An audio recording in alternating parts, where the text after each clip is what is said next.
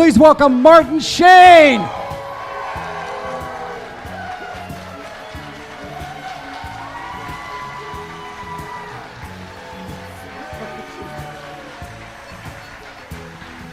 Thank you. Thank you so much. Delighted to be here. Thank you. Thank you so much for coming out and doing this. Grab a seat. There's some water for you.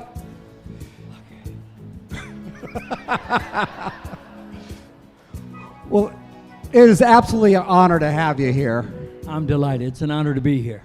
Thank you. So I got to ask you real quick. I want to go back to the beginning of your career. You said that... I don't have that good a memory. I've heard it said that you consider James Dean to be an inspiration. Oh yeah, very much so. Yeah. You know, I really don't have any memory of not being an actor. But when I was a child, when I started going to the movies around the age 5 or 6, and then gradually it dawned on me that, yeah, I'm like one of those folks on the screen, and I was absolutely happy with that. And I knew that if I didn't pursue that I would never be happy, and I would never really discover who I was. And so it was just a matter of getting through high school and then going to New York, because I wanted to go to the theater in New York, which I did when I was 18. But James Dean came along in 1954, and that changed everything, because when I first saw him his first movie was called East of Eden, but by the time it was released, he had already passed. He was killed in a car crash in 1955. But the effect he had on all of us, not just people that wanted to be actors or actresses, but teenagers, you know, that he had a sense of evolution. There was just something going on in him that we all responded to. This is back in the mid-50s, you know. There was only 2 characters in the 50s that had that big an influence on us. It was James Dean and Elvis Presley. And they covered all the bases, you know. So I was deeply moved by James Dean as an actor. And it changed my focus, because what he taught us was not acting, but behavior in front of the camera. And it made all the difference, because it was like the camera can catch everything here in the eye. You don't have to act it. If you're thinking it, it'll show here, and the camera can photograph it. And he was the first one that made that so clear to us. So he had a profound influence on me. And a lot of other actors, including our friend Al Pacino and Robert De Niro and Dustin Hoffman, and most of the guys that I came up with, you know. I know none of them want to admit that they're that old, but they are. So I'm going to actually cut to the chase and ask you about Apocalypse Now, one of the most iconic films, one of America's greatest pieces of cinema. What was it like working on something so ambitious, so challenging, and so dangerous? You know,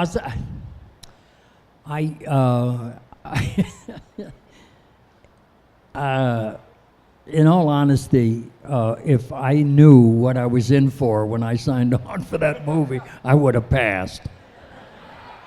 In fact, I damn near did pass. But I wouldn't change that experience, because it formed me in such a way, and it gave me an international kind of exposure that I probably never would have had. But working with Francis was that introduction to that kind of international,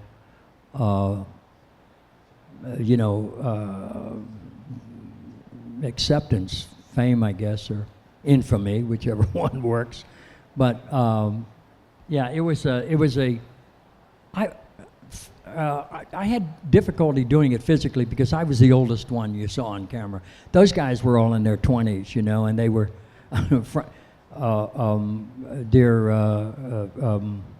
Fishburne, Larry Fishburne, was 14, you know. His mother had to accompany him. She was a teacher, a certified teacher in New York City, and so she came, and she started a little school, which our kids joined as well. So, but they were agile, and they looked more like soldiers, and I looked like a retired soldier. I was 36 and I turned 37 over the film. Took for me about a year and a half. And so that was the biggest problem I had, was trying to keep up with him. Also, when I started that film, I didn't know how to swim. And that boat kept breaking down, and it had a lot of problems. So when I first came on the boat, the first thing I asked for was a life preserver, and they looked at me, "What?" I said, "You know, that thing you wear in case you go overboard, you don't drown." And shortly after we started, a couple of weeks, a typhoon hit the Philippines and just knocked us out. We came home, we had to regroup, and the first thing I did was to find someone that could teach me how to swim. And the guy that taught our kids took me in an inner tube off the coast of Malibu, and he taught me how to swim in the ocean. So I went back much more comfortable. But I was just too old for that part. You know, if I'd been in my early 20s, I would have been more agile and had more confidence, you know, in what I could do physically. Yeah, Well, I couldn't see anybody else doing what you did in that film. I mean, you really brought it to life. Well, thank you for that, yeah. What was the audition process like for that? No, I didn't audition. I was in Italy doing a film I started in January 1976. And I was working January, February, March. And during the Easter break, I got a call asking if I could come to Los Angeles to meet Francis, that they were having a change in that role, and could I come and meet Francis in Los Angeles. So I flew from Rome to Los Angeles. I met with Francis very briefly at the airport. Then he had to go back to the Philippines, and I stayed home for Easter Sunday, and I read the script, and I flew back to Rome, and by the time I got back to Rome, they called to see if I would want to do the film. I said yes, and a week later I was in Manila doing the film. So I was unprepared for it, and it just kind of dropped in my lap, if you will. So there's no way you could prepare for a film like Apocalypse. I mean, Just have one more question about the film. When you saw it on the screen, what was your reaction? What was the premiere like? Were you really surprised how epic it was? I had a feeling it was going to get a lot of attention. I was embarrassed about the opening sequence because clearly I was more than slightly inebriated. It was my 36th birthday, and I was celebrating all day. And then I went into one of those kind of, dark spots that all of us sometimes experience inside, you know. And so a lot of fear and anxiety came out, and I started to go through it on camera. And Francis tried to stop it. I said, no, let's have it out. Let's keep going. So he did. But I never saw the footage, and I was embarrassed afterwards. And I didn't think it would be in the film. In fact, when the film opened in Cannes in the summer of 1979, that scene was not in it. So I heard that it wasn't in it, and I was relieved. And then when the film opened in the United States in the fall, I was asked to do some publicity, and I made myself unavailable because I heard that scene was back in. So I didn't see that scene until months later. I was in New York, and a friend of mine who lived in New York, a guy I grew up with, asked me to go see it with him. And that was the first time I saw it with just an audience, just like somebody just coming in, you know, buying a ticket. That's what we did. And I was astonished. And that some moments were just overwhelming. Still to this day, it's very hard for me to watch the attack on that village. You know, when they attack that village and they just want to surf, you know. That just made me weep. I couldn't I just couldn't put that together, you know. And so all the things that I participated in the film made me never wanting to do another violent part, you know. So for a long time I avoid doing any violence. I just felt it was so deeply personal, you know. And I remember I got offered a role in Silence of the Lambs, not the lead role, but the FBI guy. And I said no. I read the script. I said, I think you're going to have a big hit with this film, but I can't participate because I don't want anyone to be inspired to do that kind of violence to someone because they saw me do it. So I passed on that one. But I was right about it being a big success. Sure. Let's shift gears just for a bit. We're going to get to questions. Oh, I'd like to okay. talk to you about West Wing. Oh, okay. Thank you. How did you prepare for the character? What nuances? And did you have fun with it? Well, I kind of had a leg up on that part because in 1995 or 4, I'm not 97, I'm not quite sure. But I was in a movie called The American President with Michael Douglas. Okay, yeah. And I played the chief of staff to Michael Douglas, and Aaron Sorkin wrote that script. And so when they got the green light for The West Wing, I was in Ireland actually, and I got a call saying, would I be interested? And I said yes, of course. And they said, okay, if you accept this part, you're not one of the regular characters. We're going to do hopefully 22 episodes in the first year, but you'll only appear in maybe 4 or 5 episodes because it's not about the president or the first family. At that time, there was no first family. It was just about the staff, and occasionally the president would appear. And so, but the one requirement I had to sign in order to get the part was to say that I would never play another president while the West Wing was on the air. And I said, what are the chances, you know? So I said, of course, you know, and I came in and did the pilot. And then a few weeks later, we saw the pilot, and I said, I think they're going to be giving us a call because the way they photographed revealing the Oval Office, I said, I think the network is going to want to know who works in that office. And so I was right. They came back and offered me a full regular character, you know, and then they created the first family. And so, yeah, I came into that, one of the best experiences of my life. And incidentally, we opened, the show premiered on September 22nd, 1999, and we're going to be celebrating this year the 25th anniversary. Thank you. And 2 of the cast members, Melissa Fitzgerald and Mary McCormick, wrote a book. It took them 5 years. They've been working on this book called What's Next? And that book is going to be launched next week in Washington. And it's the entire history. You'll learn more than you ever wanted to know or care about the West Wing from this book. But it's a wonderful book, and it's called What's Next? And it celebrates the 25 years and all the work we did with all the people got interviewed, and it's a wonderful book. And so, and all the proceeds from the book go to charities. And in the book, our work as actors is celebrated, but equally important is our service. And so each one of us gave testimony to the organizations or the charities that we support. So they're all in there with the,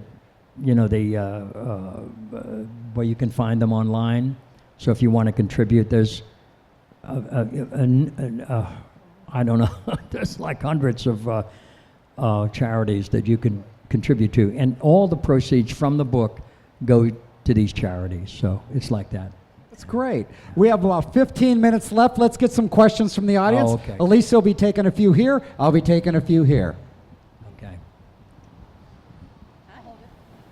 Oh, thank you.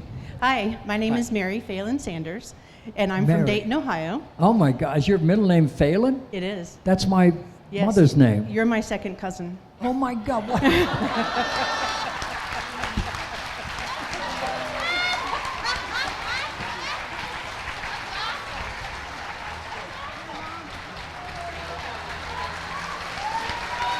What do you know? My second cousin. Her mother is my mother is your aunt. Your great aunt was my mother. Mary Ann Phelan was from a little village in Ireland called Bortisacane in County Tipperary, and she came to the United States in 1921 at age 18 because her family supported the IRA in the fight against Great Britain. And when they won independence in 1923, a civil war broke out, and my family wasn't sure which side would win that civil war, whether it would be De Valera or Mick Collins. And so, in order to make sure she was safe, they sent her to stay with a cousin in Dayton, Ohio. And the Civil War lasted for 2 years. I said the war with England ended in 23. It ended in 21. The Civil War started in 21 and ended in 23. And so she stayed in Dayton, and then she met this handsome young guy at the NCR, my father, Francisco Estevez, from Spain. He was a Gallego. They married at St. Joseph's, which was called the Immigrant Parish in Dayton. It's still there. It's still called the Immigrant Parish. And they were married in 1927. They had 12 pregnancies. Two was a stillbirth, and one didn't survive. And so there were 9 boys and 1 girl, and I'm a 7th son. What a great story. Thank you so much. You Thank got a history of us. I have a question for you.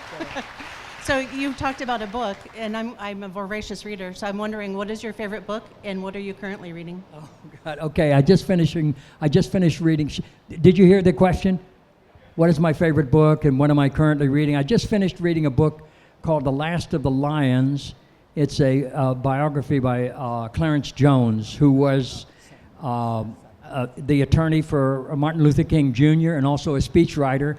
He wrote the preamble to Martin Luther King's I Have a Dream speech in Washington. He wrote the opening. Reverend King, I Have a Dream was not on the page. That came from Mahalia Jackson behind him saying, tell him about the dream, Martin, and that's when he started. That was all improvised from there on. But Clarence Jones wrote the speech up to then about the check that there weren't enough funds for. And he was also a lawyer for Malcolm X. And he was really uniting both of those great leaders. So yeah, that's the last book I read. My favorite book is The Brothers Karamazov by Fyodor Dostoevsky. Wow. That's what brought me back to the Catholic faith. You'll have to read it to understand why. Thank you so much, Ray. I wasn't expecting to give a history of my my heritage, but I'm so honored to. We've never met because you're far too young for me to have known you. I left Dayton when I was in 1959. When were you born? 68. Oh my God, I was. What? Oh my God, my brother Frank, God rest him, was one of your teachers. I didn't know that at Fairmont. My brother Frank was one of my heroes, as all teachers are. Teachers are my heroes. And my brother Frank, my sister Carmen, my brother Conrad were all teachers. Yeah. Thank you so much, man. How do we follow that question? We have about 5 minutes left. Let's get 2 more, one from you and one from you. You getting him? Wherever you want. This is your call, right there. Sorry. Hi, Martin. You get the last question. You appeared in one of the best Stephen King adaptations ever made. That was The Dead Zone. What are your memories of working with David Cronenberg on that film? Could you all hear the question? It's about The Dead Zone. Okay.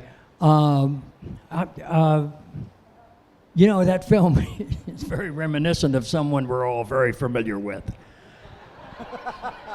who shall remain unspoken of. But the Dead Zone, David Cronenberg was a Canadian, still a Canadian, and He's always been a Canadian. He'll never change from being a Canadian. He's a lovely guy. He was very young. I think that was his first movie, if I'm not mistaken. Oh, I'm sorry. I'm being told he made several movies. Oh, okay. I wasn't familiar with anything he'd done, but I was attracted to the role. He was such a clear villain, and it was a lot of fun playing it. The infamous line, "The missiles are flying, the missiles are flying," was at the time it was fun, but then you begin to realize, what is this lunatic saying? Thank God they got rid of him before he became president. No, that's no reference to what's. Please forgive me. I didn't mean that. No, I'm talking about the movie and the character, and like that. So please don't refer anything beyond that. But yeah, and incidentally, my character, Greg Stilson, meets his end because a guy takes his picture while he's holding a baby up from an attack. The guy is shooting at him, and he's holding the baby up, and it's such a coward. And the picture appears on the cover of a magazine, and Greg Stilson, gets offs himself. The guy that took the picture was my son Ramon. Wow. Okay, did I answer the question? Yeah, I can't yeah. even remember. Yes. As you could clearly tell, I'm trying to steer a line through that movie. We're good. Who could anticipate? Okay. We got time for one more question. Martin, you're going to be headed back to your table. Please hang out with this guy. You got the questions? What a legend. Martin Sheen, let's get the last question. Martin, it was a pleasure to meet you earlier, but on The West Wing, which is my all-time favorite show, 25 years later, you said it was 25 years. Can you believe, and did you think 25 years ago the show would be so relevant today as it was back then? Because the themes are still so relevant. Who could have anticipated that? Because remember in 2000, and it was 1999 when we started, and we were at the end of a Democratic administration with Bill Clinton, who incidentally loved the show. But we weren't sure that we would get into a second half of the season. You do first half, and if the show gets picked up, it goes on. Because we didn't believe that a show about politics, particularly a very liberal show about politics with a Catholic president with a Notre Dame degree, and worked from a moral frame of reference, how is that going to sell cars or insurance or pharmaceuticals? We didn't believe that it would really go. So no one was more surprised than we were when we got picked up to finish the first season and then the second season and then on. So we went 7 seasons. And as I say, this book that's coming out next week called What's Next chronicles every episode and with in-depth reviews with all the people involved and people that you wouldn't see on the screen, and people in the crew and behind the writers. Lawrence O'Donnell was one of the writers, as you may know now, who does MSNBC, The Last Word, is a very dear friend, and he was one of the producers, and he played my father in an episode when Bart was a little boy. So yeah, thanks so much. And that it still is relevant today and still reaches people. It's I've never done anything that had such an impact, particularly on young people and particularly on young women, because the most powerful figure in the show, and the one we all secretly adored the most, was Allison. Yeah. Allison Janney had more. It's true. She had more influence on young women going into public life. So often, a little girl on the plane coming into Washington earlier this week said she changed her major and became a lawyer because of Allison and because of the West Wing. It inspired her, and now she's working for the federal government as an attorney. So that's just one small example. We get letters still today from all over the country about young people going into public service because we did such a celebration of people that really serve the government. The 3 million people that are really serving all the agencies. You know, everything changes at the top when a new administration comes in, but these people stay. And they're the ones that make sure your insurance, you know, your Medicare is covered and your Social Security checks are on time, and FEMA shows up, and EPA is doing their job. All of these people these are the heroes that the West Wing celebrates, and so I'm glad you mentioned that, and I appreciate it. Is that the end of it? Let me just end, because we're at a very critical time, and I'm not going to make a political statement, but I'm just going to share with you, when I speak in public these days, I end every talk with this poem by Tagore, who is a very famous Indian poet laureate who was born in 1917 and came here and taught at Harvard 3 years ago. But he has one of my favorite poems. I just want to share with you. You okay with that? And then I'll get off the stage. Yeah. We are called to lift up this nation and all its people to that place where the head is held high and knowledge is free, where the world has not been broken up into fragments by narrow domestic walls, where words come out from the depths of truth and tireless striving stretches its arms towards perfection, where the clear stream of reason has not lost its way into the dreary desert sands of dead habit, where the mind is led forward by thee into ever-widening thought and action into that heaven of freedom. Dear Father, let our country awake. Amen. I'll see you later. Martin Sheen! Let me lean on your shoulder.